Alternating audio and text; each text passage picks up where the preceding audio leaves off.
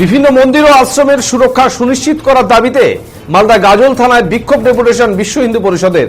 গাজল বিশ্ব হিন্দু পরিষদের পক্ষ থেকে বুধবার গাজল থানার সামনে বিক্ষোভ কর্মসূচি অনুষ্ঠিত হয় এবং বিভিন্ন দাবি দাওয়া নিয়ে ডেপুটেশন দেওয়া হয়। গাজল থানা এলাকায় সমস্ত মন্দির ও আশ্রমের উপযুক্ত সুরক্ষা প্রদান, রাস্তার ধারে মন্দিরগুলির সুরক্ষার জন্য নিয়মিত পেট্রোলিং এর ব্যবস্থা চালু, হিন্দু সমাজ নিগ্রহের ঘটনার সঙ্গে যুক্ত দুষ্কৃতীদের গ্রেপ্তার করা সহ একাধিক দাবি জানানো হয়। উল্লেখ্য, গত 17 মে জলপাইগুড়ি জেলার ধূপগুড়িতে একাধিক মন্দিরে দুষ্কৃতী হামলার ঘটনার প্রতিবাদে এদিন বিক্ষোভ কর্মসূচি করে গাজল বিশ্ব হিন্দু পরিষদ।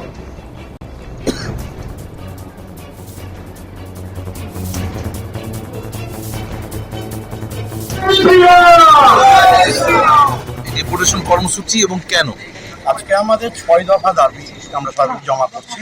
আমরা জানি 17 মে ধূপগুড়িতে যে খোলাই গ্রামে যে 5খানা মন্দিরকে রাত্রে ভেঙে ফেলা হলো, মূর্তি ভাঙা হলো, তারপরেও কিন্তু পুলিশে সেরকম কোনো রকম আমরা কিছু উদ্যোগ দেখলাম না।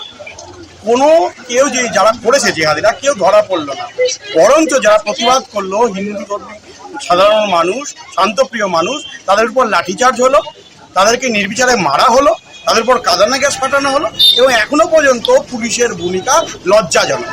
আর তার বিরুদ্ধে যাতে এই পশ্চিমবঙ্গের প্রত্যেকটা থানায় আমরা স্মারকলিপি জমা করছি, আইসিকে জানাচ্ছি যে ঘটনা ঘটেছে ধূপগুড়ির ওই খোলাই গ্রামে এটা বিক্ষিপ্ত ঘটনা নয়। পশ্চিমবঙ্গের প্রত্যেকটি জেলায় কোনো না কোনো সময় ধারাবাহিকভাবে, এমনকি গাজলেও আমরা গত 2-3 মাসে দেখেছি, গত 6 মাসে দেখেছি একাধিক মন্দিরকে অপবিত্র করা হয়েছে, মূর্তি ভেঙে ফেলা হয়েছে।